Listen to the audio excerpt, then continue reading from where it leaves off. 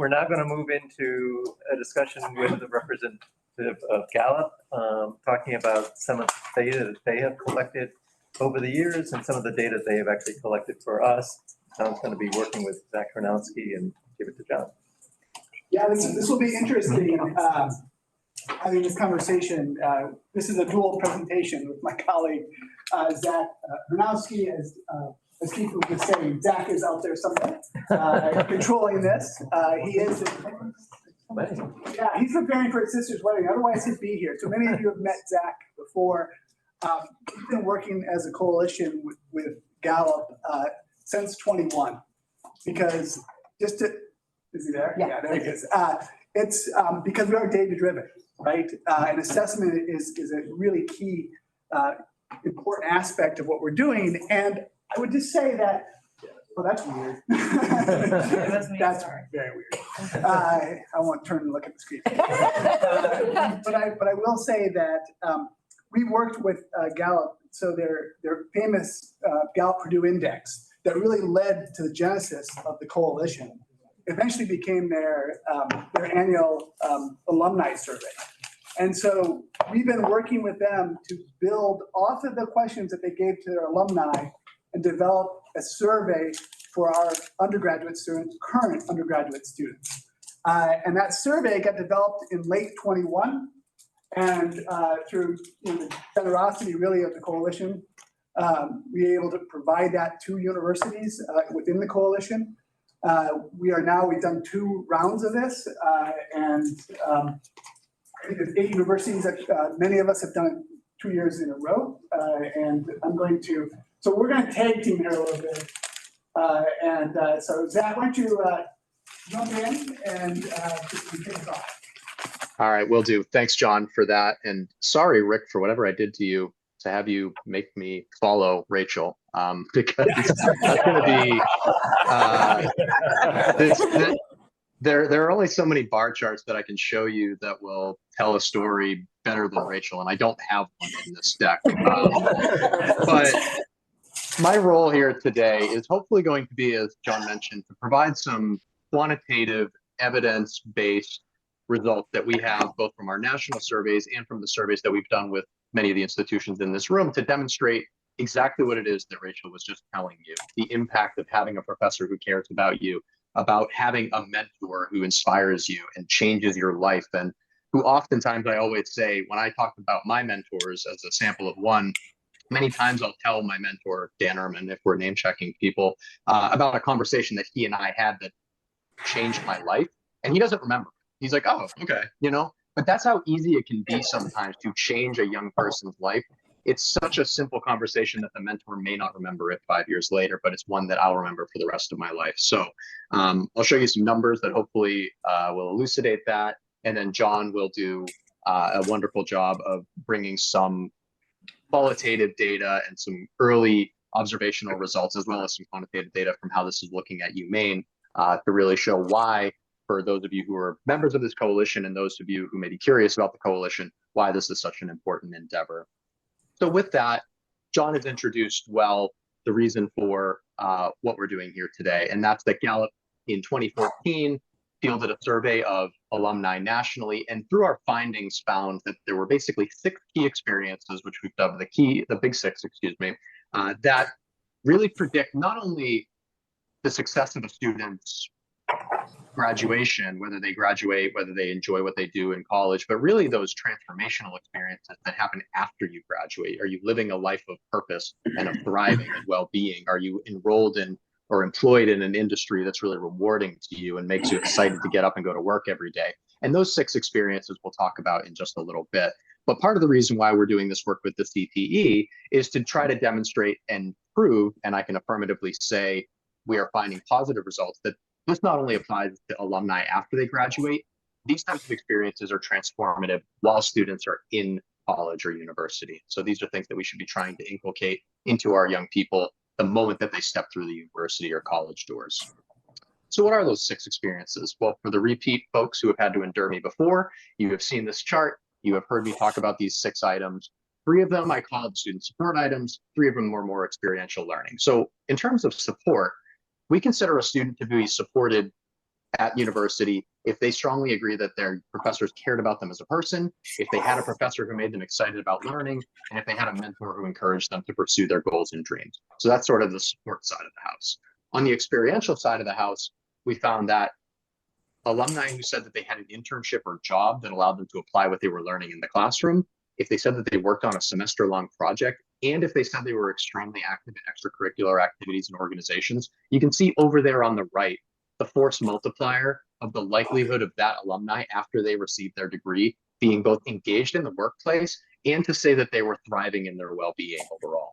So these are 6 things that I always say, 3 of them don't cost a dime. Getting a student to feel cared about and excited and to have one mentor, that's stuff that doesn't require $1 million grant. And that gets you halfway there to all of those really important experiences and outcomes that come after graduation. So before I turn it over to John, just a couple of notes on the scale of this, if there are any stat folks or methodologists in the room. The data that you're about to see me present come from 8,200 survey completes from CTE institutions. You can see the 8 that have participated there, and the 6 that have participated in consecutive years have asterisks next to them.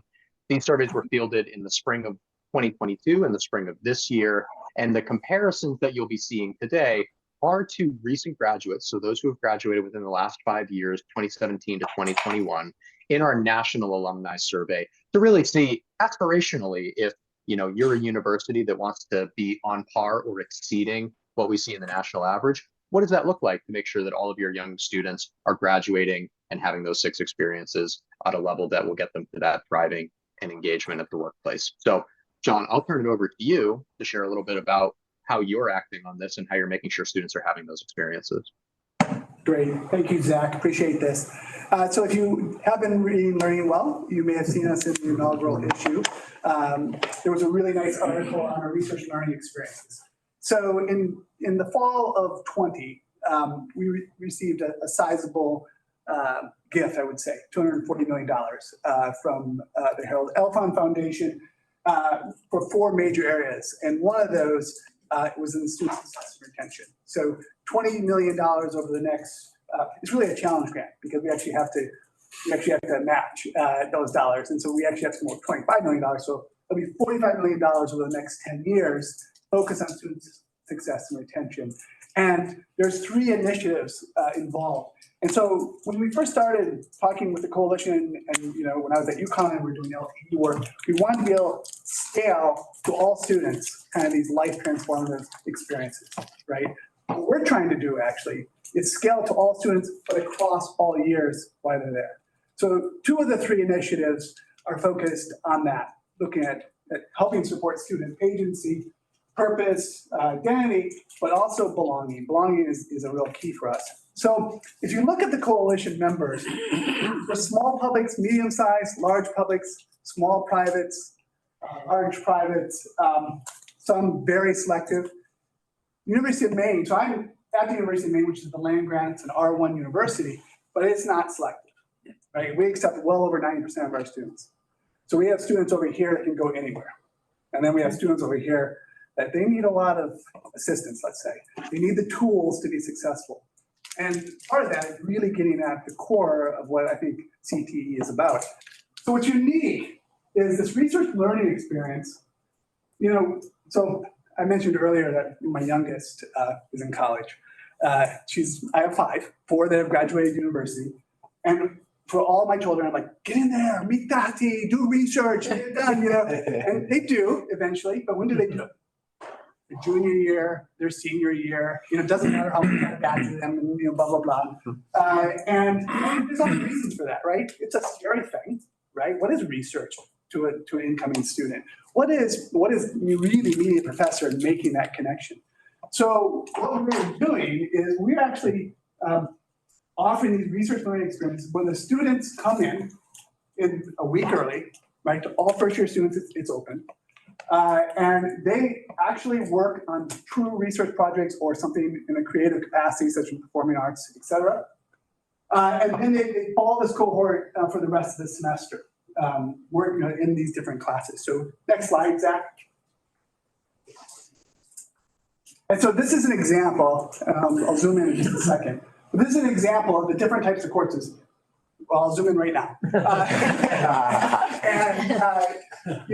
For these courses, it's really interesting. So you mentioned this earlier, working with faculty is the key. So while this was very top-down in the sense of the funding that came to it, what we did is we built it. And now you have to understand, we are the land-grant university. We are in a system though. So even though we're independent universities, there's 7 universities in our system. We're half the system.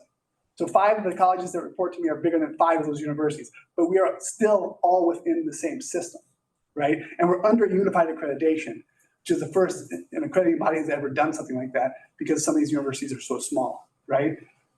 And so for us to be able to then, we piloted research learning experiences at the University of Maine, but to get them across all 7 universities, what we did is we brought faculty and staff together, huge committees, and they worked on them and they actually developed the learning objectives together, the cognitive skills, the dispositional skills, all this, that did not come down from top down, right? And they created their own RFPs, et cetera. And from that, now, just the University of Maine, we were supposed to pilot for 2 years. The University of Maine, we had 10% of our students, first-year students the first year. Last year, we had 20%, but we were so successful the first year that all the other universities wanted to actually participate. So we had 6 of the 7 last year. This year, we have all 7 universities participating.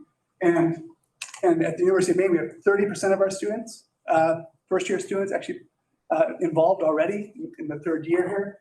University of Maine at Farmington has over 40% of their first-year students. University of Maine Machias, the smallest of our universities, has over 25%. It's amazing that within a short period of time we're getting this. And what we're seeing here, so you get this idea. So this is performing arts. This is performing arts. That was the first year. Now every student in performing arts actually has to take an RLE, right? In fact, there's a general education stewardship committee that's working on incorporating RLEs as part of the general education curriculum. That's also what leads to long-term sustainability. That's being led by faculty, right? It's not being forced down. This one is believe it or not, the world's largest 3D printer is at the University of Maine. We printed a house last year. You can look at online. It's pretty remarkable. So students actually can participate in some of those activities. When you see the red here, these are now actually the students have to take these if you're in that major, right? So nursing is doing it. All entering business students now have to do a research learning experience. Next slide, please. Yeah, I can use that. And I like Zach doing it. It's too cool. So, I mean, for the pointing, yeah, okay. so you don't have to. So here we are. In fall 21, we started with 2 universities. My university, and then the smallest university is our regional campus. Now, as I said, we have 7 universities. Zach, next. We started with 248 students. Now we have, we had over 1,000 seats. Right now we have about 970 students across the system that are taking them. Next slide. We started as 1 credit, and we did that on purpose. We knew 1 credit wasn't enough in a semester, but the reason that we did it is we were asking faculty to teach more, right? And we thought, let's just start that way. Let's see how it goes.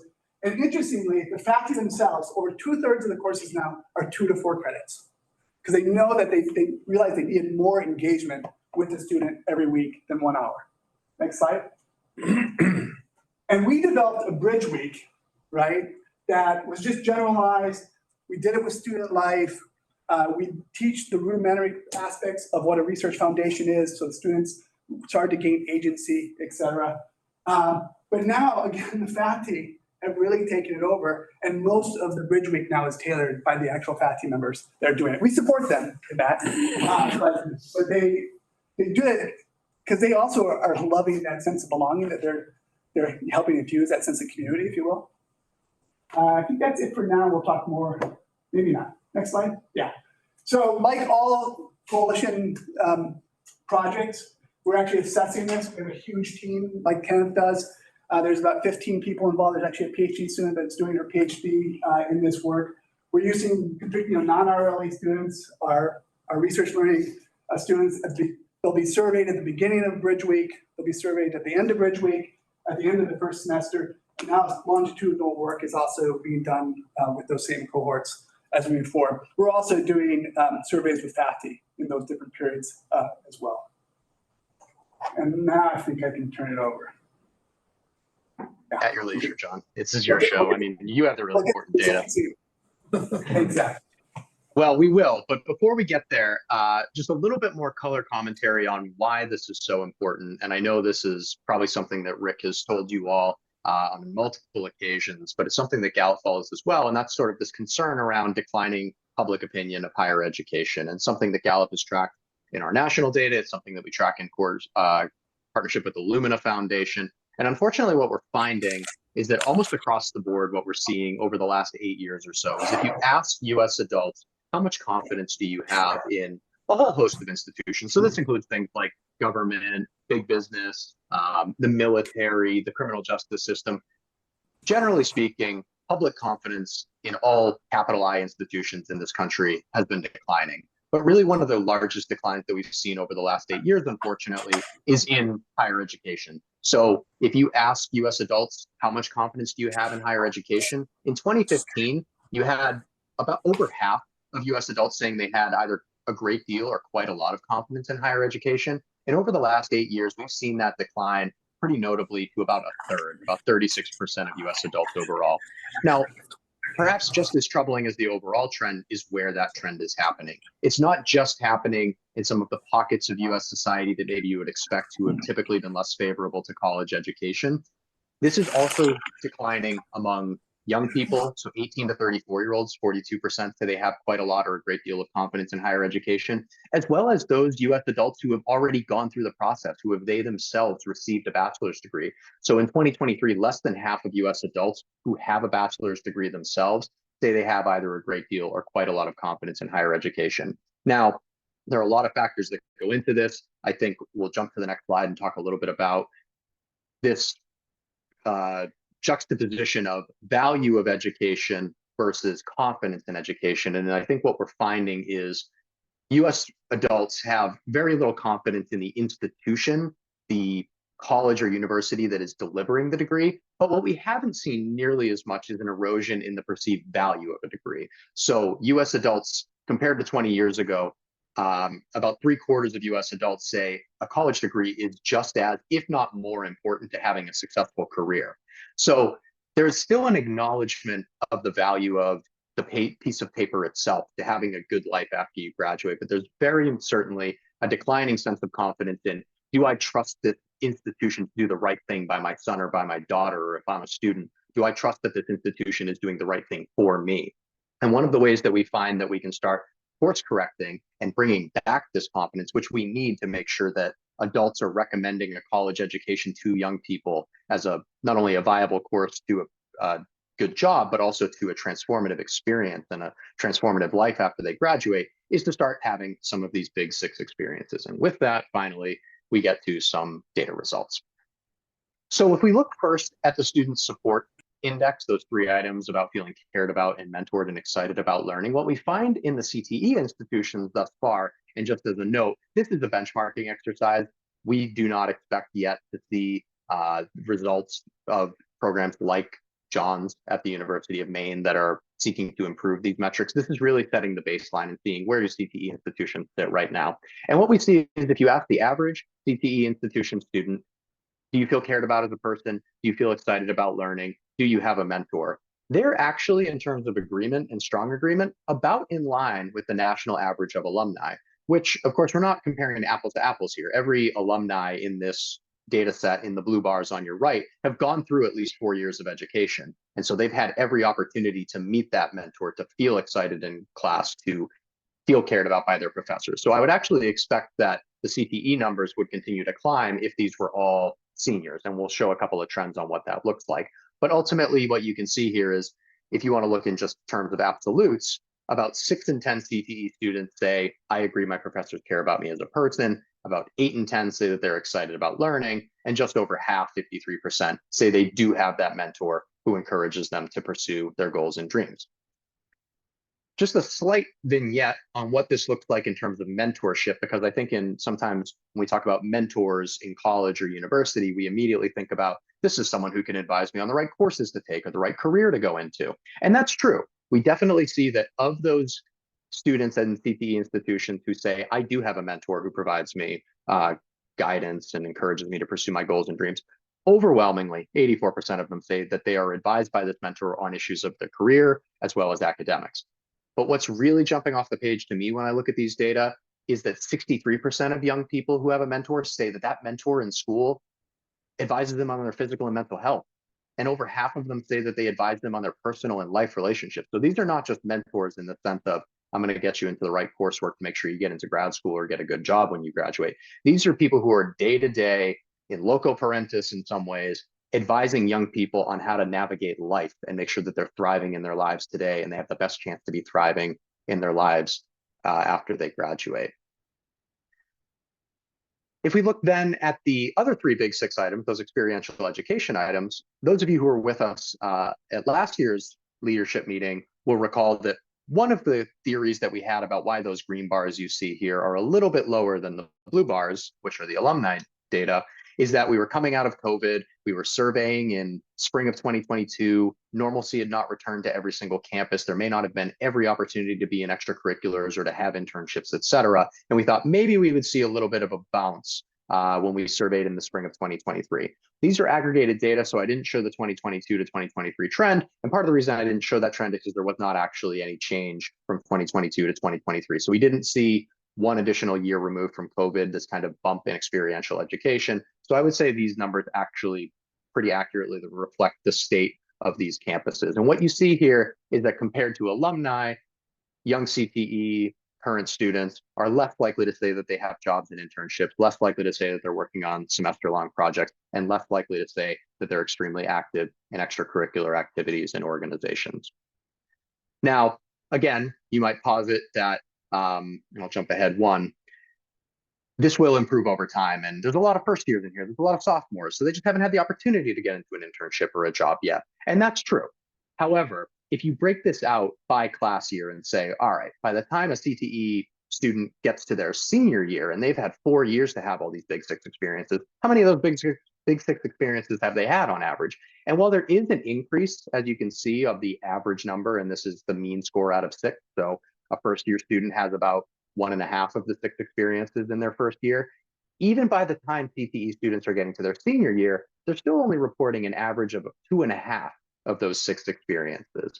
So there is certainly growth over time, and you would expect as students have more time and engagement with their faculty and extracurriculars, et cetera, that this number will increase. It's not something that's automatic. And I think my favorite thing of the many favorite things that Rachel said in her presentation is, I was very lucky. I happened to meet a mentor and I happened to have that person change my life and I happened to have that person help me find my passion. That's terrific. But I just think that this is something that we can't be leaving to chance and hoping that a young person stumbles into it. And we see from these data, not every student is stumbling into that mentor and stumbling into that job or internship. It's something that does take intentionality, like our friends at the University of Maine. And I'll throw it back over to you, John.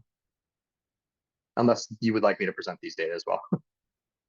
If you want, Zach, but thank you. So these are our data for 22 and 23. We did the survey both years. And so if you noticed before, it said for all the CTE, it was 17% of the students had these 4 or more big six experiences. For us, we're at 13%, and so a little bit lower here. What strikes me is the ones, that a quarter of our students, now these would be anywhere from first year to 5 year plus, right? All of our undergraduates that would have none of these experiences. And that's something that obviously in the programs that we're putting forward in the last 2 years are really trying to address. So next slide, please. And this actually mirrors very closely the data that you just saw that Zach presented, where as you go across, and they get further along in their undergraduate years, they start to have more of those. But still, even as a senior level, we only have, not even three of the 6. And as Zach said at the beginning, 3 of those are free, and so there also are cultural things that need to be addressed. And I'd love to have a conversation with folks offline on this, because I think there's a lot of things to unpack here, especially, a post-pandemic, et cetera. Next slide. But this is interesting. We were able to tease out this year. We didn't, the previous year we couldn't, the Gallup data that we received, we couldn't pull out our RLE students versus those that weren't in RLEs, but we were this year. And so this is the 23 data.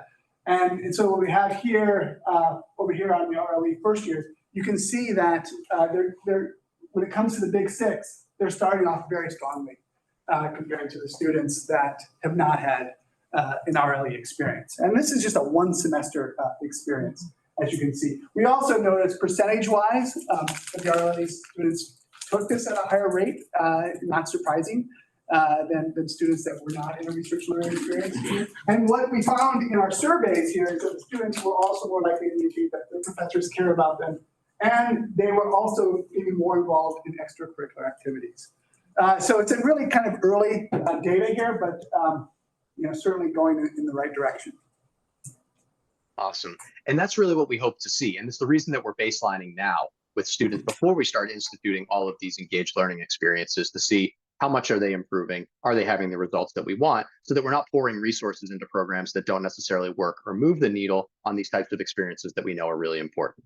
Which is a good segue into why we're actually measuring the Big Six. We were never measuring the Big Six intrinsically just because, while I personally think and I know and feel that being cared about and having a mentor is important, it also predicts all of those really important key metrics and outcomes that we want young people to have in terms of feeling like their degree is worth the cost and thriving in their well-being. So after graduation, we know that these Big Six experiences are translating into great lives after graduation, those transformational lives.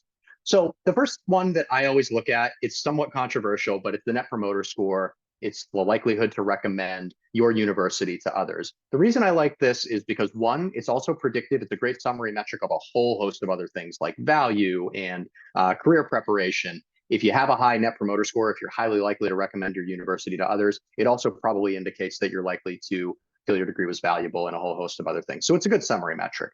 The other reason I like it is because it goes back to Rick's raison d'etre for this work, which is not only creating transformational lives, but also rebuilding trust and confidence among the US public in higher education. And so if you don't have adults in the US population recommending universities to young people, you're going to have lower enrollment because not everyone's being encouraged, and in some cases actively discouraged from going to college. So that's one of the reasons I like to use Net Promoter Score first. And what you can see is among CTE students, if you use that 0 to 10 scale of how likely are you to recommend your university to others, about 1 in 3 CTE students say, I'm highly likely to recommend my university to others. I'm a 9 or a 10 on that 10-point scale. And about 37% are at a 6 or below.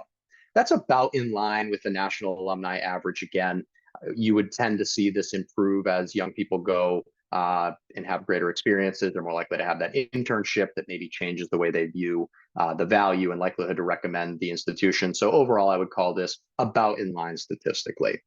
What's much more important is this graph over here on the right, which is how does a student's encounter with all of these Big Six experience influence their likelihood to recommend the university to others. And what you can see here is this is a pretty linear trend. If you have no Big Six experiences among that cohort of students who say, I don't feel cared about, I've never had an internship, I'm not in extracurriculars, their Net Promoter Score is -41, which is you have, for example, 80% of students who don't recommend their university versus maybe 20%. And I'm sorry, that was bad math. It would be more like 70-30. So 70 who wouldn't recommend versus 30 who would. So really a yawning gap there. If you go along the number of Big Six experiences that these students have, you incrementally and additionally get greater likelihood to recommend for each one of these Big Six experiences. So while I always say you should strive for all 6, having 3 is much better than having none. So you can see if you get all the way to 6, the Net Promoter Score goes from -41 up to +41, a complete role reversal there. This is also true if you ask students about the likelihood to agree their degree is worth the cost. So if you have no Big Six experiences, only 7% of students who say, I've had no Big Six experiences, strongly agree their degree is worth the cost. If you get a young person to have all 6 of those Big Six experiences, 60% of them strongly agree their degree is worth the cost. And I know 60% seem, well, why isn't it closer to 80 or 90%? But you do have to remember that, and I don't have to remind you of just the actual dollars and cents cost of a degree, that is hard to overcome. And I think in some ways it's going to be difficult to ever get to 100% worth the cost on something that has such a high sticker price. But you can see very clearly here the trend. Having these experiences makes a young person feel that their degree was more valuable. And you'll recall that none of those actual activities, excepting maybe the job or internship, are things that are directly related to, I got a job when I graduated, or, I got a high salary. These are all things that are not at all related to quote unquote value, but that clearly drive their perception of whether this is a valuable endeavor for them to pursue. Now, perhaps more importantly than the dollars and the cents and the enrollment metrics, et cetera, are well-being and purpose. Are young people graduating from college into lives of thriving and purpose? And what we see here, the good news, the trend continues. If you have young people experiencing all of these 6 experiences, 85% of students who say I was cared about, excited, mentored, job or internship, extracurricular, semester-long projects, 85% of them are thriving in their lives. That means they rate their life today as a 7 or above on a 10-point scale, and they think their life in 5 years is going to be an 8 or above. This is a very high bar to get to, and it's one that is attainable by just having these 6 experiences. If you want to look at where CTE students are today in their life evaluation, again, over there on the left, they're about in line with national alumni. And that's something that we expect to improve over time, generally as you age into your 30s or 40s. That's where we tend to see life evaluation peak. So I would expect current students to look a lot like recent graduates who are still only 22, 23, 24, et cetera. But obviously the trend of number of Big 6 experiences that they're having is going to heavily influence that. Now we have a separate measure of well-being that isn't just how would you rate your overall life today. We're looking really at a granular section of that, which is about purpose. Do you like what you do every day? Are you learning or doing something interesting every day? Do you feel like your life has meaning? Are you deriving purpose from your work? Now, we just started asking these questions in 2023, so these aren't aggregated data. These are just from the most recent cycle of data. But what we find is that nearly all CTE students, 91%, say it's either important or very important for them to derive a sense of purpose from their future work. This is something that's incredibly critical to them. We don't know yet, because they're not graduated, whether they're achieving that goal, but we do know that where they are today in the classroom, about 56% of them agree that they like what they do every day in the classroom. 60% agree or strongly agree that they learn or do something interesting every day. And about 60% say that they're participating in a class or program that helps them think about looking for meaning in their future work. This is a 5-point scale, strongly agree to strongly disagree. And so this is combining the top 2 boxes, right? The 4s plus the 5s. If you raise that bar even a little bit higher and say, what percentage of college students strongly agree that they like what they do every day? It's about 15%. So this is a place where young people are not yet connecting what they're doing in the classroom to something that they really enjoy. And because of how influential those experiences are in their future career, if you were to project that trend out, you may find that if you're not finding what you do in the classroom to be something that you're particularly passionate about or interesting, it's probably not very likely that you'll find that same level of passion in your future work.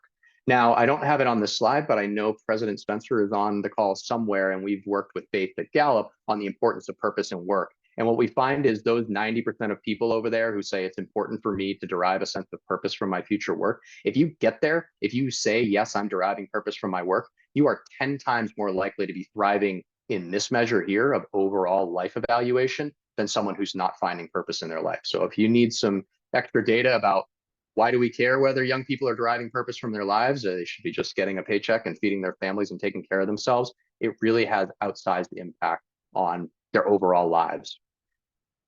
And again, I feel like a broken record here. It's a little bit of a deck stacked in my favor, but if young people are having more of these Big 6 experiences while they're in college, they are far, far more likely to be agreeing that they like what they do every day and that they learn or do something interesting every day. Part of that happens to be you're probably running into faculty members who can pick up on your passions. They can tell you what they think you do well. They can help you find those other mentors in the department who will get you into coursework and a career path that you find really interesting and that you're passionate about. So this is, again, I'm not trying to say that this is a panacea and the Big 6 will solve all of the world's problems, but you can see it's solving a lot of them.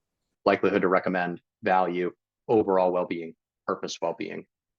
The final thing I'll hit on here before I turn it back over to John is this perception of belonging, and I know it's something that's being talked about a lot more in recent years, and do young people feel like they belong on their campus? And there's a lot that goes into that, and we don't have time to unpack it all today. But if you just ask CTE students, do you feel like you belong at the university that you're going to? About half of them either agree or strongly agree. And I don't want to turn it negative, but that means that there are 47% of young people who are on a college campus, probably living there because of the mix of schools that these students are coming from, who just don't feel like they belong on campus. And we know what kinds of impacts that can have on their overall well-being. Perhaps just as alarmingly as the belonging is, if you look over there at the graph on the right, we also asked a question about, do you as a student feel like your university cares about your overall well-being? And only about a third of them, 37%, agree that their institution cares about their overall well-being. And that's something that we know feeds into institutional trust. Do I believe that the institution is looking out for me, making decisions that are right for me, making sure that the degree they're about to award me is valuable? So these are things and components that really make a student's perception of their university as their caretaker and as a worthy endeavor, positive or negative. So I'll turn it over to you, John, for the discussion about how RLEs are impacting belongingness. Thank you, Zach. That was wonderful. So I shared some of our data, broken out by the Gallup survey.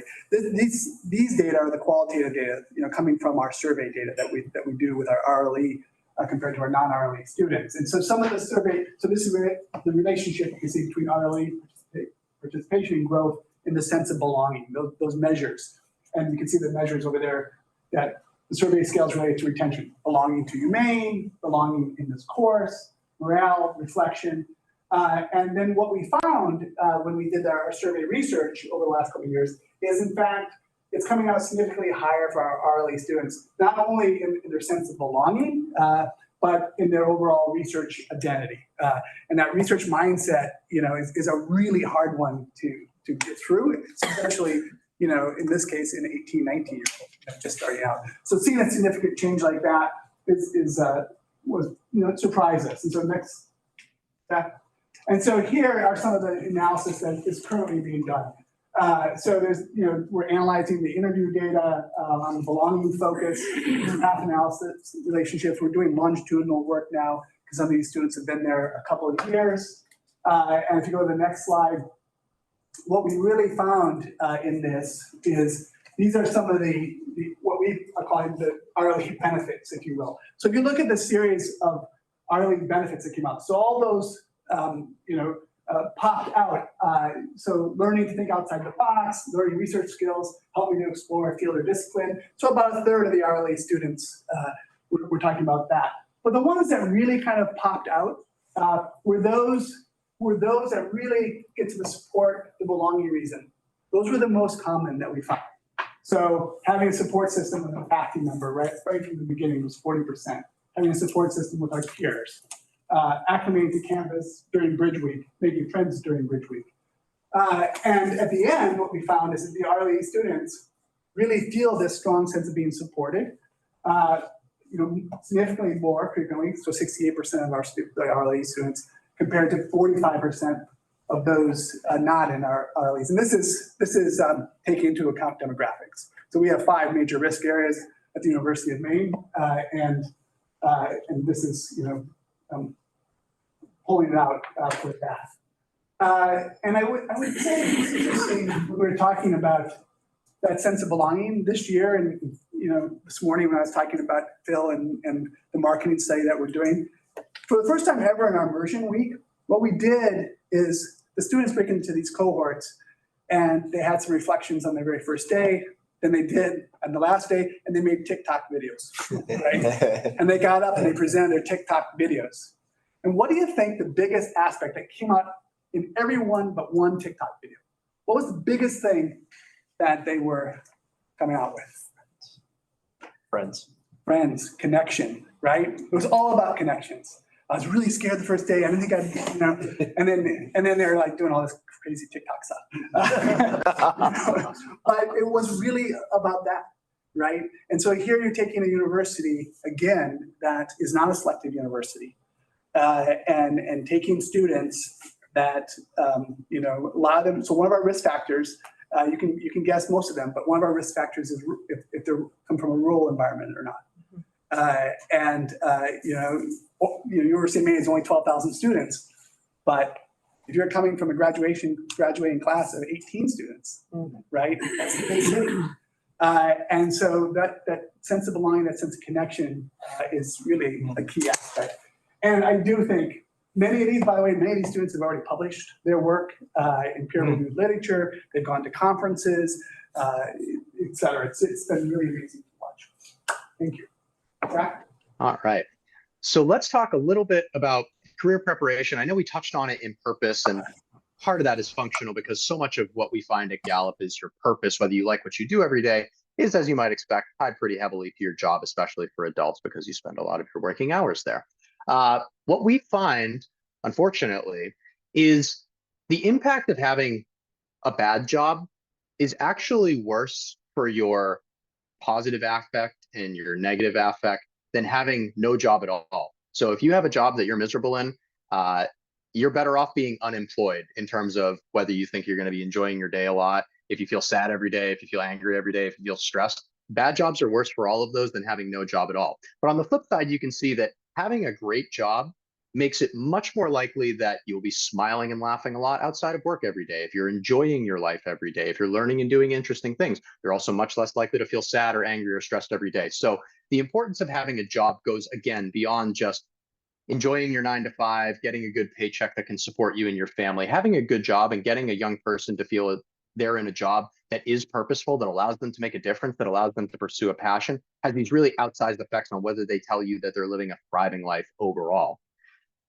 Now, one other important facet of this is one of the main reasons, as you all likely know, that young people say they go to university. Many of them may be pursuing a passion, an academic interest, but really for most of them, you can see that 70% of bachelor's degree students in 2022 said pursuing a more fulfilling career was one of the main reasons they continued their higher education. And back in 2018, when we asked them to pick just one, so on the left there, they could pick as many of those reasons as applied to them. But if we asked them to pick what is just the one main reason you decided to pursue a bachelor's degree, more than half of students said that it was to pursue a good job or a career, which is more than twice as much, bordering on 3 times as much as those who said, I'm doing this just for the sake of learning and knowledge. And I think so for some of us who work and live in academia, that sometimes is a reminder that while many of us do what we do for the sake of learning and knowledge, most young people say, I want to come to college and graduate in order to get that good job that fulfills me and allows me to pursue that passion.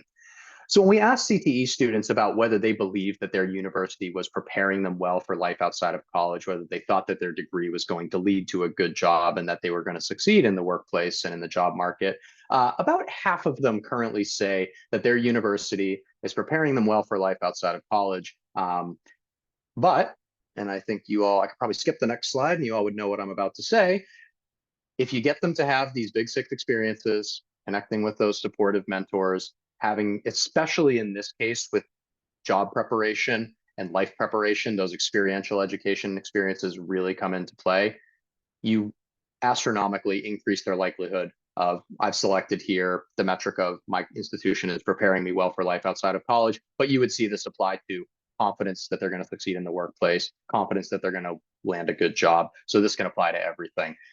Really what you see here is that Big Six experiences increase feelings of preparation outside of college. Now, if you look over there on the left, this is another example of these young students are not organically feeling more prepared over time. This isn't a case where a first-year student comes into their classroom and says, I'm not prepared for anything, I know nothing, I'm not going to make it outside of college. But after 4 years and a great degree and loads of knowledge being loaded into their brain, they suddenly feel prepared for life outside of college. In fact, we see no statistical change, all things being equal, in students' feelings of preparation for life outside of college. Some of that may have to do with you're now standing at the precipice of adult life and they're not sure about whether they're going to make it, even though they are far more prepared theoretically than they would have been in their first year. They're not feeling it organically until you start having these mentorship experiences, connecting with professors, having those concrete internships and extracurriculars that really give them that confidence that they're going to succeed after they graduate into the real world. Final set of slides here, and I think I've done an okay job of allowing time for questions and discussion, is talking about diversity on campuses. And I know we mentioned it at the tail end of the last discussion and why it's so important. What we see here, especially among CTE students, and this is the first time that we've asked these questions in 2023, is about 60% of CTE students say that their professors have exposed them to a variety of ideological viewpoints, but they're far less likely to say that they personally are comfortable sharing their opinions in class, especially if they think those opinions are only held by a minority of people. So this is a spot where I think we'll be measuring over time. Is this changing? If, as John just mentioned, if peers are feeling more comfortable with one another and they feel trusting relationships with one another through whether it's an RLE or any other type of intervention that they're having as a result of their institution being a CTE member, if this is building some of that collegiality among peers where they feel more comfortable saying, I don't think we necessarily agree on this topic, but I'm connected with you. I trust you. I feel like I belong in this space. I feel like my voice is valued. And therefore, I'm more likely to express an opinion that I'm unsure of, or maybe not everybody's going to agree with, because I agree and feel strongly that everyone in this room and on this campus is coming from a place of good intentions. And I trust you. And I feel like I belong in this space. So just something that we don't have a benchmark for just yet, but something that we'll certainly be tracking over time. This is another set of data that we ask, and this is the question that we ask at Gallup all over the place in colleges and the workplace. And we ask whether your institution is a good place or not a good place for students who are both members of racial or ethnic minorities, as well as students who identify as LGBT. What you'll notice there is on the left, we've broken this out by, and again, the response options are it's a good place, it's not a good place, or I don't know. For the graph over on the left for racial and ethnic minorities, what you'll see is about 37% of white students just right off the bat say, I don't know. In qualitative studies we've done on this, it's because they say, I perceive it to be a good place or not a good place, but I'm not a student of color, and so I don't really feel comfortable guessing. So I would kind of put that to the side and look more at the Asian students, Black students, Hispanic students, and multiracial students and what they're saying about their institutions. And what we find is that Black students are the most likely racial or ethnic group to say that their university is not a good place for members who are racial or ethnic minorities, about 20% of Black students, but 3 times as many, about 57% of Black students say, my school is a good place for students like me. And when you look at Asian students, Hispanic students, and multiracial students, they're actually even more likely than Black students to say that their campus is a good place for students like them. If you look at this by LGBTQIA identification, you see that about 20% of LGBT students are saying my campus is not a good place for people like me. So again, just as we talked about on the last slide, what we're trying to do is set a benchmark here and say, for students who are underrepresented or historically marginalized, what is their experience on campus right now? And as we start to implement some more of these interventions, are we seeing not only traditionally traditionally represented or not marginalized student groups like white students, like male students, seeing the benefits of that, but are we really seeing this tide lift all boats? So this is one of the ways that we're going to measure belonging and inclusiveness, especially for those historically underrepresented and marginalized populations. So with that, those are all the data, I say all after 55 minutes or whatever, the data I have to share with you, but I'm going to open it up to questions or comments and discussion now.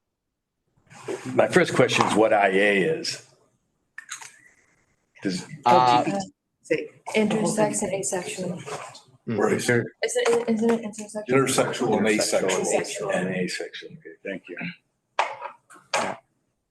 So John, it'd probably be easier for you to facilitate from the room, but any questions or thoughts or initial reactions? Oh, don't worry, Zach, they'll jump in. so questions, how does Zach? Yeah, Phil. So with your experience, were the students able to select if they were going to be in the group of experience versus that didn't have the experience? Or, was it random or was it not, is my question. Yeah, it was random. It was random. So all RLE students were given surveys, right? And the non-RLE students, it was a random subset based on demographics. So I have a question. We're in a space where WashU Leads is, we'd like to have some funding. So I went to Colby College. I know the Alphons very well. So how did that conversation come up to get this huge commitment from them. Yeah, so the Alphon Foundation has been very generous overall, very generous to Colby, I might add, over the years. What they were really big supporters of our athletics program. And prior to my arrival, there were conversations happening with my president, the chancellor of the system, our athletic director, and then a president at the University of Southern Maine. And it was the best kept secret because that's the way foundations work.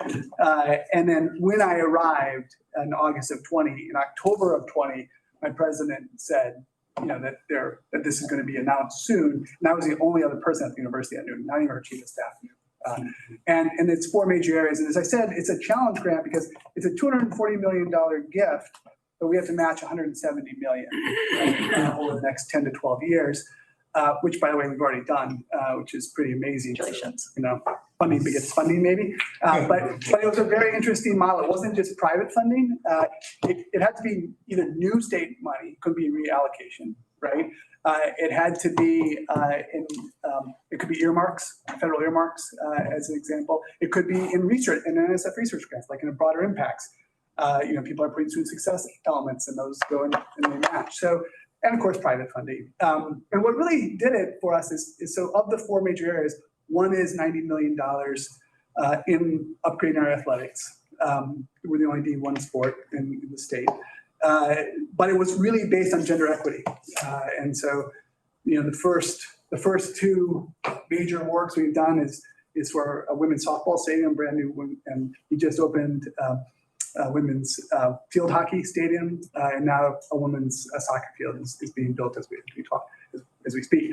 So, but as those conversations were happening, they're also very interested in workforce development of the state. We're a land grant university, right? And so the other is we've developed what's called the Maine College of Engineering and Computing, and so so it's not just at the University of Maine, but it'll be across all 7 universities.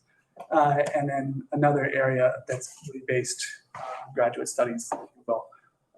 So it was really workforce development and past passions, if you will, that brought them to the table. Thank you. And this is a very neat project, so thanks for sharing. Yeah. Clayton has a question. Oh, great. Hi, John. Hi, Zach. I had a question on the diversity of viewpoint measures you used. So number one, let me say, I find this one of the most oppressive problems on a lot of our campuses. I certainly felt that way on the Bates campus, that it was at a place like Bates, very hard to be a committed conservative, a thoughtful conservative student and feel like you didn't have to self-censor. But I just wondered, as you think about your questions, and I know you're looking for consistency over time, but there are a whole set of subjects like chemistry, physics, math, that the ideological political viewpoint question is, it can be oppressively introduced, but is not typically on those campuses. And so when we get statements, when we get questions from people that say, your faculty 97% vote Democratic, and I'm like, well, do you care how the chemistry professor votes? I guess I just wondered if you thought about having a question in that series that talked about if political or ideological viewpoints are relevant to the subject matter being taught, and somehow built that in, because I think it presents a slightly less worse picture, but an importantly less worse picture if you do exclude subjects that are taught rigorously without politics or ideology where it is not germane to the subject. Certainly there are many, many ways that it can be germane to anything, but just a question. It's a very good question. And at Gallup writ large, we have actually done that. So we've asked some questions similar to the good place, not a good place, where we asked about racial and ethnic and LGBT students. We also ask, is it a good place for politically conservative students or politically liberal students? We didn't ask it on the CTE survey, but we have asked it at Gallup. We also ran, and remind me, or actually don't remind me, I'm going to write a note now.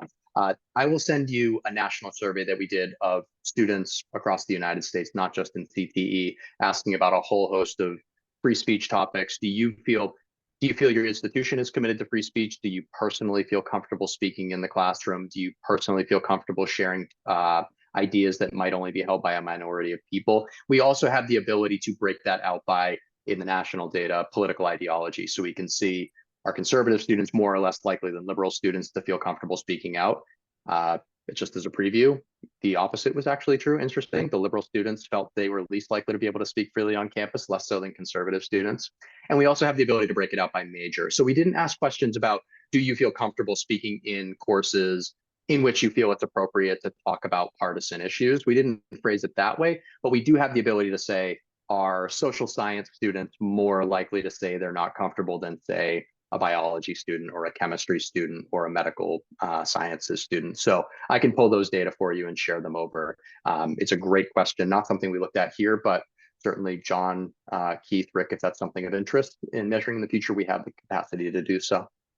And I guess, Zach, just to make I appreciate that, that's helpful, but it's also, do you feel that, I mean, do your professors in certain subjects offer ideological and political views when they're not wanted? It's not just to feel comfortable. It's does your entire economics department spend its time talking about the evils of capitalism?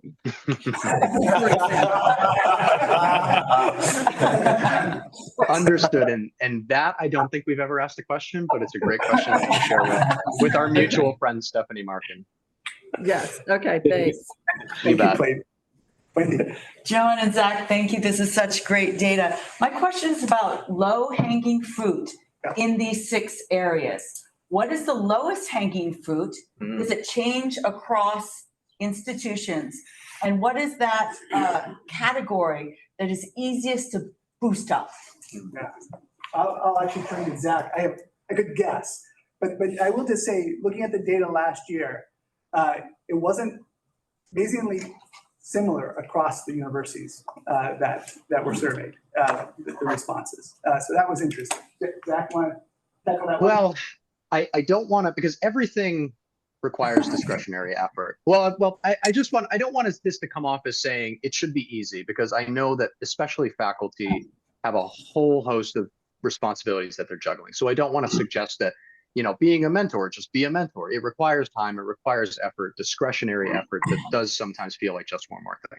That being said, the items that we tend to see the highest agreement in are feeling excited about learning, which intrinsically makes some sense. If you're in university, you probably enrolled in a major that you were hopefully excited about what you were learning. So having a professor who makes you excited about learning is the lowest hanging insofar as you have the most students who agree to it.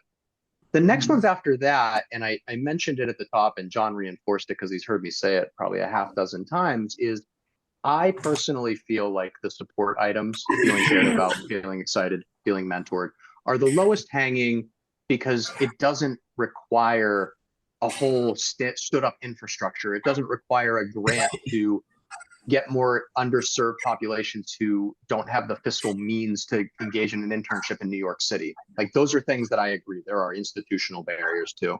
I think there are far fewer dollars and cents and institutional and structural barriers to getting a student to feel cared about by a person, to have a mentor. And as I mentioned at the top, my experience with my mentor, sometimes they forget. They don't even realize that they changed my life. And it took effort, but that's how it took so little effort that 10 years later, he doesn't remember having the conversation. So if I were to say, focus on them, what to focus on, what's the lowest hanging fruit, it's those 3. And you get halfway there. And as I mentioned in the data, 6 is the goal. We would love to have every student have all 6. But if you can get them to 3, if you can just get them to feel supported, there are marginal additive benefits. Maybe you double their likelihood of thriving in life. Maybe it's not quadrupling, but I would say getting every student to feel cared about, excited about what they're learning, and having someone who they can turn to as a mentor. And again, mentorship encompasses much more than academics and career. It encompasses life choices, personal relationships, etc. You get them to have those 3 experiences, you've done, you're halfway there. I just had a quick question on, you talked about getting involved and you said mental health, personal issues. So a lot of our faculty members aren't experts in those areas, right? They're not counselors. Yeah. And we run the risk of giving bad advice, right? And could this also be one of the reasons why people are worried about indoctrination at university, that we're overstepping what we're experts in and providing advice and things that we have no knowledge about? And I understand you want the student to, I had a personal experience where I was trying to work with, when I was an assistant professor at UConn many years ago, I was trying to work with a student who had, he just wasn't getting how to be an engineering student at all. And at one point, this is after a lot of work with him, I said, have you ever thought about getting yourself tested to see if you're, and he actually did. And he came back and he said he wasn't. And I felt really badly that was where I went. But I am still in touch with that student. Yeah. And he became vice president of a company. He actually gave money to UConn. Right? And I felt like I made a difference in his life, but I gave him bad advice, right? And I feel badly for it. Actually, right? Yeah. So there's more and more evidence about, I'm sorry, Zach, were you going to jump in? No, go ahead, John. There's more and more evidence actually from student life that there are training professors to do this, training peer and near mentors, doing, to help with these kind of really difficult conversations. So I'm kind of with you on that. It would make me a little bit nervous. It's actually pretty effective. Andrew. I have a question, and I'm just going to caveat by saying I really don't want to be a Debbie Downer, but I'm very curious. If there's ever been any research done on, I guess, what I would call the opposite of the big 6, meaning I'm just thinking back to some of my friends, right, where they've had like noticeably negative experiences on campus, whether there was like one faculty member who was a difficult personality or something. Has there ever been, I guess my point is, it seems like I've got some friends who felt supported and thrived, and then I have a few friends who felt like very discouraged. And in some cases, I was an engineering student as well. They left engineering. So I'm just curious. I mean, I think as the members look to what are the positive experiences that people are having, I do think that they should also be saying, what are some of the warning signs we need to look for things that could discourage people? I'm just curious if it's ever been looked at from that angle and what's been found. Yeah, it's a really interesting question, and one that, to my knowledge, at Gallup, we have not surveyed. I always say to my knowledge, and then I realize Gallup's been doing this for 80 years, and someone tells me in 1987, we surveyed on this. But to my knowledge, not recently. What I would say is, I'll use myself as a sample of one, and you all can probably use yourself as samples of one. Everyone knows what it's like to have a bad faculty member, where you go into the classroom and you feel like the faculty member doesn't care. You can feel it. Now, I had those experiences, but you know how often I think about them 15 years after I stepped into a classroom? Never. I think about the faculty members who cared about me. I can name them. I graduated over a decade ago. William Lovely, Philip Diagati, Dan Ehrman. Those are people who changed my life. I guess if you put my brain to it, remember who was my stats professor who I didn't really like, and he's the reason I wasn't a stats guy until 2022? No, I couldn't. And so I think it's a good question, and I think it's worth researching. But I would posit that if you get students to have the positive experience, the negative experience in some pockets, I know Rachel brought up the great example of having mentors who look like you. And, if it rises to the level of discrimination and harassment, I think that's a separate topic and category. But I think if you get students to have the professors who changed their lives, 10 years down the road, I don't think the negative experiences that they had, unless they rose to a level of dropping out or, changing their lives for the negative that way, I don't think it rises to the level of eclipsing the good experiences that a student has. Marge and then Steve. And then. So hi, Zach. I'm going to ask the superficial question, and it relates to sort of what the headline is here. If you were writing this press release, I know you sort of made fun of I'm a broken record on the big six. We're supposed to understand the correlation between big six and flourishing over time. I get that. But unpack that a little bit for us, particularly those of us who really would like to capture this message and get a better understanding of how to communicate it, right? So one question is, what was the thinking of the benchmarking between the CTE schools and the alumni? I'm assuming the alumni numbers that showed what mattered versus, I'm trying to do the apples to apples on that. And you talked a little bit about, so we know what this proves over time. We are also going to try to prove that it does make an effect while you're in college, right? That's maybe one of the messages / headlines, maybe the tag. And then I guess, how could you help us sort of demonstrate that what's happening at the CTE schools does actually lead to that? And I know that's a very simplistic question, but one of my questions to that is, you surveyed students simply at the member schools, not those that were specifically taking these courses that we're talking about. So how do we tell the story? John, do you want to talk about the rationale for alumni? I gotta go. You guys have been great. Yeah. I'm offline on this. If you want to give me another hour and a half of your time, I get it. It's kind of a lot. Oh, you can have as much of, at this point, you can have as much time as you want. But I will honestly turn to John in terms of why we use alumni as the benchmark versus current students. I would say if I could distill it down, it's really the reason why you all are in the room and why I am personally very grateful for the work that Rick and Keith and John have spearheaded and that you all are endorsing and moving forward, is the purpose and the study of how these experiences influence academic outcomes, things like retention and maybe academic performance. Those are all pretty well established. But I think what is and has been understudied is, how does a college degree change your life? And these are things where if the headline in the press release could just be like 15 words, it would be students who feel cared about and engaged in learning thrive in life. That's it. We don't need to overcook it more than that. I say that as someone who overcooks everything, but it really can be distilled down to 6 experiences have transformational effects on students' lives. These are the 6 that we've chosen. There are others, but we don't need to necessarily get into the correlations and the R squared and any of that, So I don't know, John, if you'd add anything. Zach, I'll jump in for just a little. So when we first started having these conversations in 21, there's not a survey out there that for current undergraduates that looks at well-being overall. NESE has added a few questions to theirs, over time, and now you're getting them in other areas, et cetera. But no one has kind of looked at the survey as a whole and saying, let's see how our students are doing.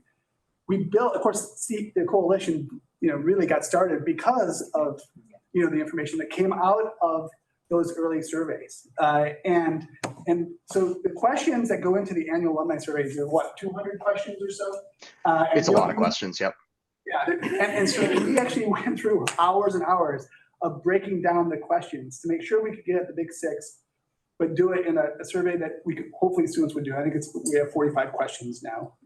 And then each institution can actually add 3. By the way, this is a plug, so if people are interested, possibly next spring, then let's talk. But then we, because it's working for alumni, we thought, well, what if we do that for our undergraduates, and it's even similar, or we see that they're progressing over time, right? For me, we've done it 2 years in a row at University of Maine. It's a baseline now for me. We do NESE every 3 years. Maybe I'll start doing the Gallup one every 3 years now, right? Because a lot of the interventions we do aren't going to change things overnight. right? Right, And just try to understand, share that with board of trustees and have them understand. But regardless, and so really for us, I think, and I think there's so much interesting data and Zach does such a wonderful job. But isn't it interesting that over the 4 years, there's no difference? That's been consistent the last 2 years across everyone. in terms of what prepared me. Yeah, the big six don't change from year to year to year, right? For the most part. Yeah. Right, when we look across, I mean, slowly they increase, but that was one of the biggest surprises. But that's really, why we ended up doing this. So now we can actually compare it to something out there that is very robust. Yeah. Is that fair? I don't know, what kind of a grade would you give our combined response? Thank you. I know we're running out of time, right? We're out of time. You have a So, sorry. question online. And Barry, There you go. of course, we're going to go to break in 5 minutes. Yeah, let's get Let going. Barry, since he's not- Barry, why don't you get the last question? Sorry. Thank you. I appreciate you giving me the time. Zach, again, I always like listening to your presentation, and I do use those 6 points in my annual State of the University address. And really all I do is I say, look, folks, how can you help, on these 6? I want to go back to the comment about the negative, the Debbie Downer. I don't know who it was around the table.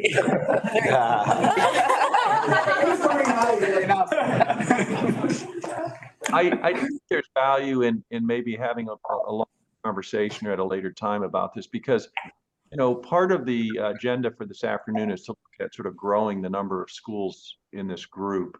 I would tell you, even with the current membership, there are schools that graduate 95, 98% of their students that, we're looking at the 6 positive things is really important.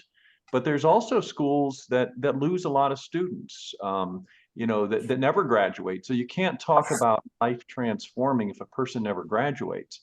And so I think in some ways, it may bifurcate the group a little bit, but I can see the value in what was commented on earlier about sort of the negative things that happen. And I just wanted to share that comment. It's I think for some schools, it's really probably not important, but for others, it's really important, I think, quite honestly. That's a great point. Yeah. Thank you, Barry. Thanks for ending on that note, Barry. Appreciate it.